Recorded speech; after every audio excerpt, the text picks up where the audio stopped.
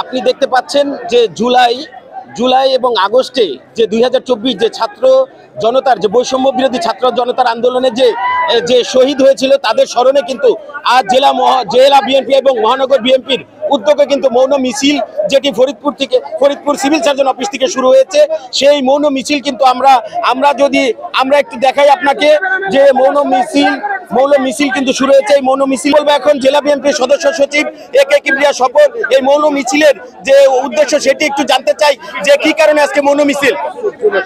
জুলাই শহীদের স্মরণে আমরা আজকে মৌন মিছিল করছি।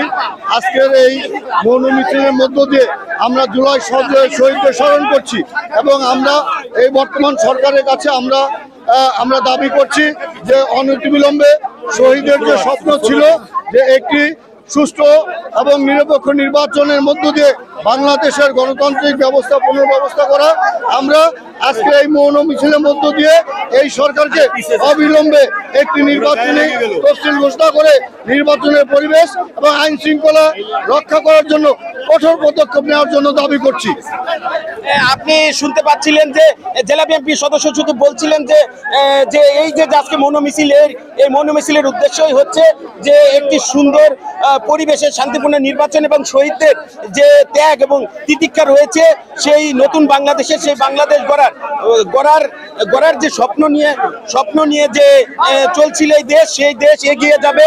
এই শহীদদের এই স্মরণে যে মিছিল মৌন মিছিল, সেই মিছিলটি কিন্তু শুরু এখন পর্যন্ত প্রেস ক্লাবের সামনে পার হচ্ছেন। আমরা যদি জানি যে এই মৌন মিছিলটি জনতা ব্যাংকের মোড়ে যে শেষ হবে, আমরা একটু কথা বলবো এই ঢাকা মহানগর উত্তর মহিলা দলের আহ্বায়ক নায়েবা ইউসুফের সাথে একটু কথা বলবো। চৌধুরী নায়াব ইউসুফ, কি বলেন এই জুলাই যে আন্দোলনে যে মৌন মিছিলের উদ্দেশ্যটা কি? আমরা গণতন্ত্রে বিশ্বাস করি এবং দেশে যে সরকার পতন হয়েছে আওয়ামী লীগ সরকার, সেটা উদযাপন করার জন্যই আমাদের এই মৌন মিছিল, জুলাইয়ের মিছিল। আমরা জনগণের সাথে একাত্মতা ঘোষণা করছি যে আমরা এদেশের গণতান্ত্রিক মানুষের সাথে আছি এবং যে কোনো প্রয়োজনে দেশের গণতন্ত্র প্রতিষ্ঠার জন্য আমরা সবসময় অগ্রণী ভূমিকা পালন করব।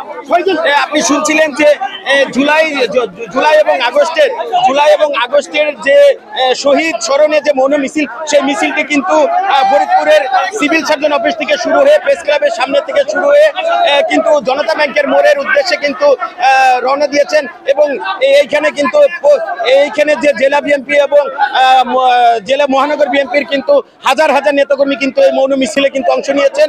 এই ছিল আমার কাছে ফরিদপুরের মৌন মিছিলের সর্বশেষ